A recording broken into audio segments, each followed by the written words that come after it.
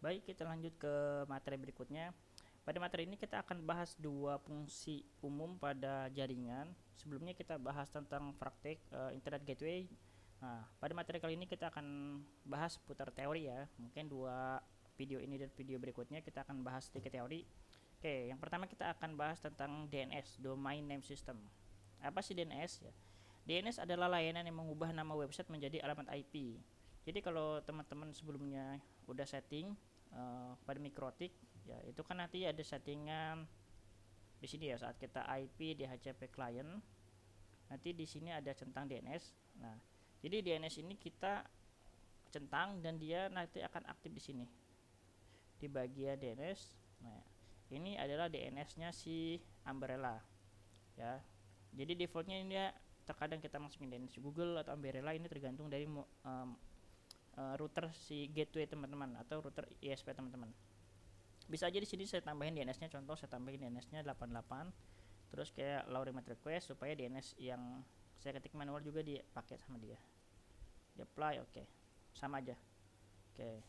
Sekarang yang terpenting kita tahu dulu nih, apa sih fungsi DNS? Oke, fungsi DNS itu dia sebagai apa ya? Buku telepon ya. Kurang lebih dia fungsinya sebagai buku telepon. Kalau kita akses ke internet itu kan semuanya aksesnya based on IP.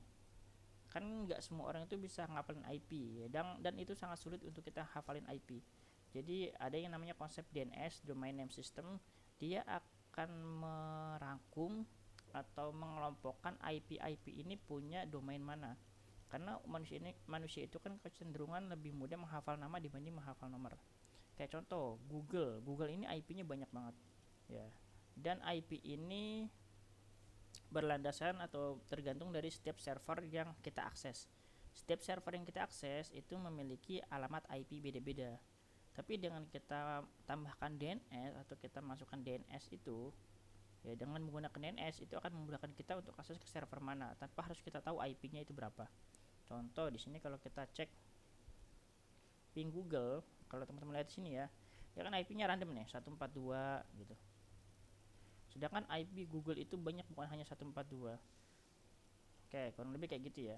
Jadi dengan fitur DNS itu memudahkan kita untuk mengakses internet menggunakan bahasa manusia atau karakter dibanding pakai bahasa mesin atau angka. Oke, ini contohnya. Jadi kalau kita akses google.com dari si DNS ini atau DNS server ini, dia akan mentranslate ke IP yang terdekat dari hop kita atau dari lokasi akses kita.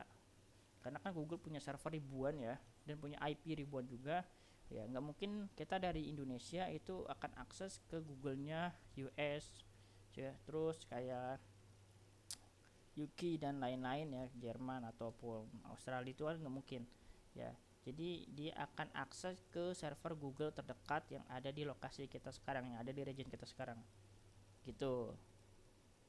Jadi tanpa DNS kita harus menghafal alamat IP setiap website. Oke. Terus fungsi DNS apa sih? Fungsi DNS ya, dia itu untuk mempermudah akses website, terus menghubungkan nama domain ke IP address, sama membantu browsing internet. Contoh DNS Google ini. Ini umumnya DNS yang paling sering dipakai. Jadi simpelnya gini lah. User itu akses ya, akses pconnect.com. Nah, si DNS ini dia ini punya punya apa ya, punya buku telepon. Oh, si domain ini itu masuknya ke IP ini, IP misalnya 172.16.2541, ini contoh aja ya. Jadi tanpa kita hafal IP 172.16 sekian ya, itu si DNS ini akan nyari ya. Sama halnya nih kalau kita masukin DNS Google, saat kita akses ke internet dengan domain Google atau YouTube, dia pertama-tama akan dilempar dulu ke server DNS gitu. Ketika dilempar ke server DNS, dia akan nyari hop tercepat. Oh, ternyata untuk akses ke Google ini masuk ke server ini aja nih jalurnya gitu, ke server berapa misalnya 142 sekian sekian, karena jaraknya lebih dekat daripada harus ke server yang sebelah gitu. Kurang lebih kayak gitu ya. Ini untuk domain name system. Jadi kalau teman-teman ternyata nanti ada isu ketika konfigurasi, oh ping 88 bisa nih tapi ping google.com nggak bisa, pastikan itu adalah isunya di sisi DNS. Contoh misal saya ping Google anggap ini ternyata gagal. Tapi ketika saya ping 88 ini berhasil. Nah, ini sudah dapat dipastikan isunya ada di sisi DNS, baik itu DNS yang diterima dari sisi user atau DNS server yang ada di sisi Mikrotik, atau mungkin juga DNS server yang ada di sisi ISP. Jadi teman-teman tinggal bisa tes aja. Ini gagalnya itu ada di sisi end device, router ataupun modem. Oke, itu penjelasan sedikit tentang DNS. Oke, selanjutnya kita akan masuk ke materi berikutnya terkait gateway. Oke, gateway apa sih ya? Gateway itu adalah jalur keluar jaringan lokal menuju ke internet atau intranet. Jadi gampangnya itu ya, gateway ini sebagai pintu keluar ya, baik itu berupa mikrotik ataupun modem ISP. Oke, fungsinya gateway itu untuk menghubungkan jaringan lokal ke internet sebagai jalur utama pengiriman data ya keluar jaringan dan menentukan arah trafik jaringan. Kalau teman-teman lihat di sini ya, di sini ada semua perangkat yang terhubung ke dalam satu perangkat utama ya yang disebut dengan gateway. Oke, kalau teman-teman lihat di sini kita back ke topologinya. Nah, oke. Jadi gateway-nya dari laptop ini itu si mikrotik. Dan gateway-nya dari mikrotik itu si modem ISP. Jadi kalau seandainya si laptop ini mau akses ke internet, dia akan masuk ke mikrotik dulu nih sebagai gateway atau pintu keluarnya. Nah, si mikrotik ini gak akan bisa akses internet tanpa arah gateway dari si modem ISP. Kurang lebih gitulah. Jadi gateway itu pintu keluarnya dia mau lewat mana. Oke, itu gateway. Oke, next kita masuk lagi ke selanjutnya apa ini? Gateway udah. Oke, NAT. Ada NAT masquerade ya. Oke, NAT itu ada dua ya sebelum kita bahas tadi. Udah, pertama SRC NAT, yang kedua masquerade. Oke, kita akan lebih fokus ke masquerade, dimana NAT ini telah kita gunakan pada konfigurasi sebelumnya. Oke, NAT masquerade adalah fitur mikrotik yang digunakan untuk membagikan koneksi internet ke banyak klien menggunakan satu IP public atau satu IP internet. Tanpa NAT, klien tidak bisa akses ke internet. Fungsi masquerade itu untuk sharing internet ke banyak user, menyembunyikan IP lokal, menghubungkan jaringan LAN ke internet. Cara kerja sederhananya itu, dia ada IP lokal klien itu diterjemahkan menjadi IP internet public saat keluar ke internet. Contoh, ada klien dengan IP 192.168.10.2. Kalau dia mau ke internet, di internet ini nggak akan kebaca nih IP 10.2.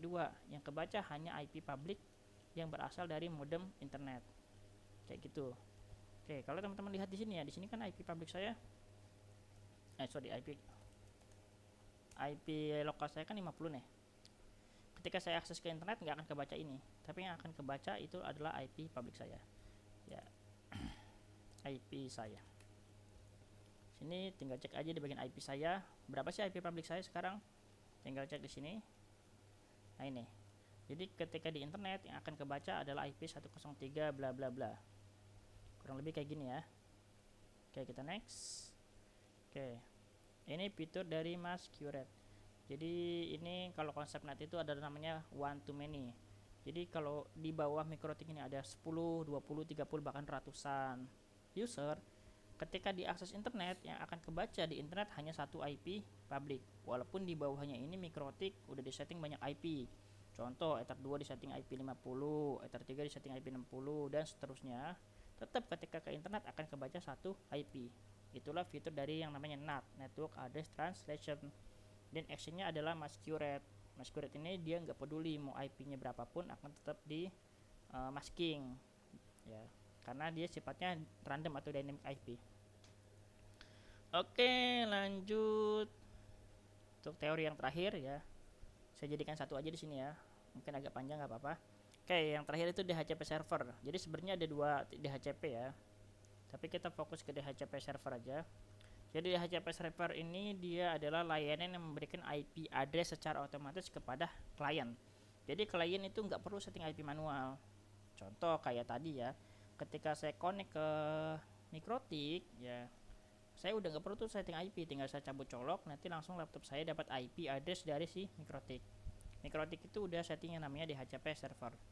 Kalau teman-teman ingat di settingan bagian sini, IP DHCP server, klik DHCP setup. di DHCP setup. Nah, ini settingan DHCP-nya. Oke, ini setting DHCP-nya. Kalau manual kita bisa setting langsung di sini, klik manual, tinggal setting di bagian servernya sama networknya. Tapi kalau mau cepat kita bisa pakai widget, tinggal di sini ya, setup. Oke, dengan konfigurasi ini teman-teman akan menjadikan si Mikrotik itu sebagai DHCP server. Jadi Mikrotik itu udah provide IP, nyiapin IP, siapapun yang connect ke situ akan langsung dapat IP otomatis, berikut DNS-nya ya. Jadi udah nggak perlu setting manual lagi.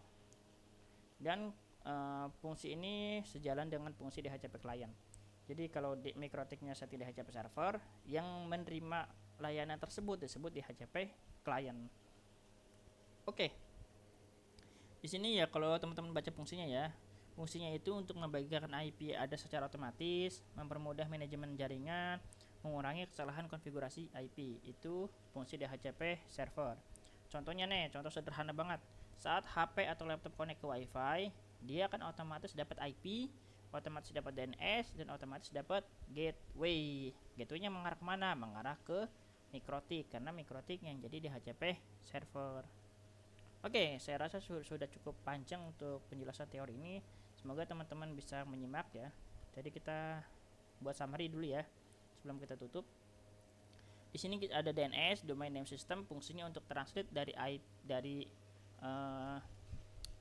bahasa manusia ke bahasa mesin atau ke IP address, itu DNS.